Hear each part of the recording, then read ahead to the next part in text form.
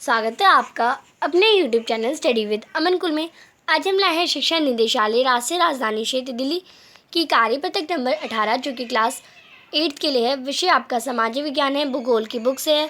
Date है जिसकी 22 सितंबर 2021। आप अपना नाम और अपनी कक्षा अध्यापक का नाम लिखेंगे। आज हम मृदा संरक्षण, जल और जल की उपलब्धता की समस्या के बारे में जानेंगे। तो यहाँ पे आपको मृदा संरक्षण यानी मिट्टी संरक्षण के कुछ तरीके नीचे दिए गए हैं। यहाँ पे आपको समोच्च रेखीय जुताई दे रखी है, यहाँ भी यानी रेखाओं में जुताई। यहाँ भी सारे जो सोर्सेज हैं वो एनसीईआरटी से लिए गए हैं। रखक मेखलाएँ दे रखा है, आपको वेदिका फॉर्म दे रखा है। मल बनाना यानी एक आपको दे रखा है, और बीज की फसल उठाना और चट्टान बांध ये आपको दे रखे हैं मृदा संरक्षण के कुछ तरीके। अब आपको पता है मल्च बनाना क्या होता है। मल्च बनाना होता है पौधों के बीच में जो खारी ज़मीन को भूसे की तरह कार्बनिक पदार्थ की एक परत के साथ कवर किया जाता है, और ये मिट्टी की नमी को बनाए रखने में मदद करती है। आप देख सकते हैं यहाँ पे पौधों के बीच में एक कार्बनिक पदार्थ पर बिछाया गया है। ये जो मिट्टी की व्यवस्था है उसमें नमी बनाए रखने में मदद करती है। ये एक कवर की तरह होती है। वेदिका फॉर्म में क्या होता है, चौड़ी सपाट ढलान पर चौड़े सपाट कदम या छतों को बनाया जाता है ताकि फसलों को उगने के लिए सपाट जो सतह उपलब्ध हो। इस तरह सतह अफवाह और मिट्टी का कटाव कम होता है। तो यहाँ पे आप देख सकते हैं सारी सपाटें वेदिका फॉर्म कहलाता है। ये समोच्च रेखाएं जुताई, जो हमारी पहाड़ी ढलान के समोच्च के समांतर जुताई करने से ढलान नीचे प्रभावित होने वाले पानी के लिए एक प्राकृतिक अवरोध बनता है। ये हमारी समोच्च रेखीय जुताई होती है। रक्षक मेखलाएँ, ये तहते और शुष्क क्षेत्रों में पवन को गति को रोकने के लिए वृक्षों की कतारें लगाई जाती है। जैसे आपको वृक्षों की कतार देख सकते हैं। ये क्या करती है कि ये ताकि मृदा आवरण को बचाया जा सके। समोच्च रेखा रोधिकाएँ क्या होती हैं, ये समोच्च रेखाओं पर रोधिकाएँ बनाने के लिए पत्थरों, घास, मृदा का उपयोग किया जाता है। रोधिकाओं के सामने जल एकत्रित करने के लिए खइया बनाई जाती है। यहाँ पे 6 प्रश्न दे रखा है आपको। चट्टान बांध, पानी के प्रभाव को धीमा करने के लिए चट्टान को ढेर किया जाता है। ये हमें मिट्टी के नुकसान को रोकने से मदद करता है। प्रश्न नंबर 7 है बीज की फसल उगाना। वर्षा दोहन से मृदा को सुरक्षित रखने के लिए अलग अलग समय पर भिन्न भिन्न फसलें एकांतर कतारों में लगाई जाती हैं। ये हमारी बीज की फसल उगाने में आता है। अब यहाँ पे आपको जल के बारे में बता रखा है। जल पृथ्वी की सतह का 3/4 हिस्सा एक महत्वपूर्ण यानी आपको पता है जो 3/4 पार्ट हिस्सा पानी से घिरा है हमारी पृथ्वी में।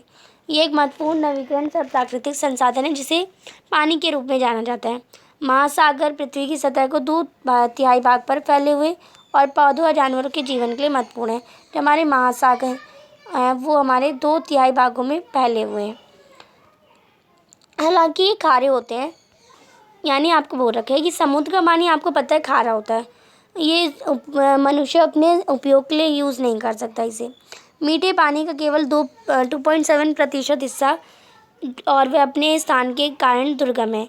इसी प्रकार जो 2.7 हिस्सा है इससे लगभग 70% भाग अंटार्कटिका, ग्रीनलैंड और पर्वतीय क्षेत्र की बर्फ की चादरों और ग्लेशियर के रूप में मिलता है, और वह अपने साथ के कारण दुर्गम है। इस प्रकार मीठे और उसकी कुल मात्रा स्थिर रहती है। जो मीठा पानी है उसका केवल 1% मानव भोग के लिए उपयोगी है। पानी को ना तो पृथ्वी से जोड़ा जा सकता है और ना ही घटाया जा सकता है। इसकी कुल मात्रा स्थिर रहती है। इसकी प्रचुरता में विविधता प्रतीत होती है क्योंकि ये वाष्पीकरण, वर्षण और वाह की प्रक्रिया द्वारा महासागरों, वायु और भूमि पुनः महासागरों से चक्रण द्वारा निरंतर गतिशील है। इसको जल चक्र भी कहा जाता है। अब जल की उपलब्धता यानी जल अब मिलेगा, ये एक समस्या है हमारी। आपको पता है दुनिया के अधिकांश हिस्से मीठे पानी की आपूर्ति कमी का सामना कर रहे हैं। यानी जो सही पानी होता है जिसे हम पीते हैं, जिसे हम यूज़ करते हैं, उसकी पानी का आपूर्ति का वो कमी महसूस कर रहे हैं। जलवायु क्षेत्रों में स्थित देश जो सूखे के लिए अति संवेदनशील पानी की कमी की बड़ी समस्या का सामना करते हैं। इसी प्रकार पानी की कमी मौसमी या वार्षिक वर्षण में विविधता का परिणाम हो सकती है, या पानी का अति उपयोग और पानी के स्रोतों के दूषित होने का कारण भी हो सकती है। यहाँ पे आपको प्रश्नावली दे रखी है, तो अभी मैंने आपको जितना भी समझाया अगर आपको अच्छे से समझ आ रहा है तो चैनल को सब्सक्राइब ज़रूर कर दें। तो प्रश्न नंबर 1 द्वारा आपको दे रखा है मृदा संरक्षण की आवश्यकता क्यों है। तो आप इसका आंसर करेंगे मृदा संरक्षण कृषि क्षेत्र में मिट्टी का एक विशेष स्थान है। अगर किसानों के खेतों में फसलों के मुताबिक मिट्टी ना हो तो फसलों का अच्छा उत्पादन नहीं मिल पाता है। इसलिए मिट्टी का संरक्षण यानी मिट्टी को कंजर्व करना ज़रूरी है।